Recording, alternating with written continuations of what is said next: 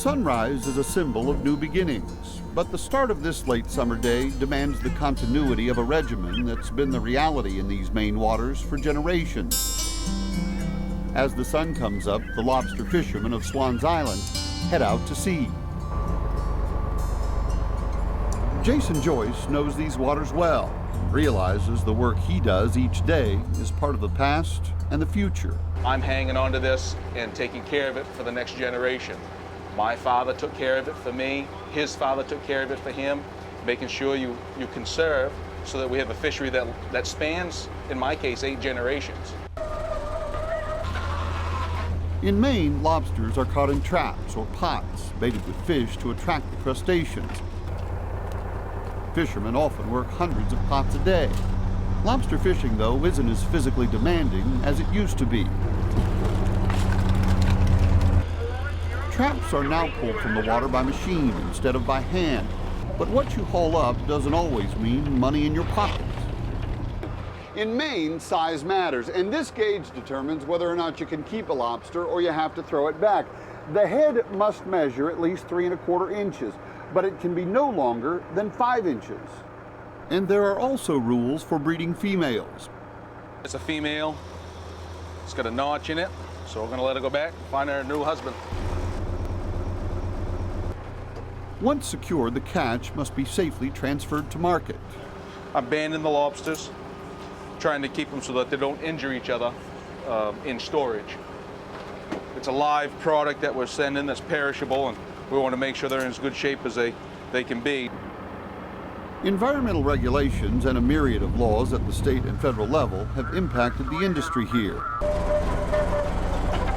Special rope and connectors for buoys and traps help protect whales in these waters, just one of the changes today's fishermen now face. And those realities have prompted a move to diversify. The University of Maine Lobster Institute sees an opportunity to offer consumers more than just lobster tails, using parts that are usually thrown away. A lobster dog biscuit has been an early hit, but the shell may hold the most promise. We add shell material to food products in a very finely ground, like a flour. And there are some animal studies that indicate that chitin, which is part of the shell, does have the potential to lower your cholesterol.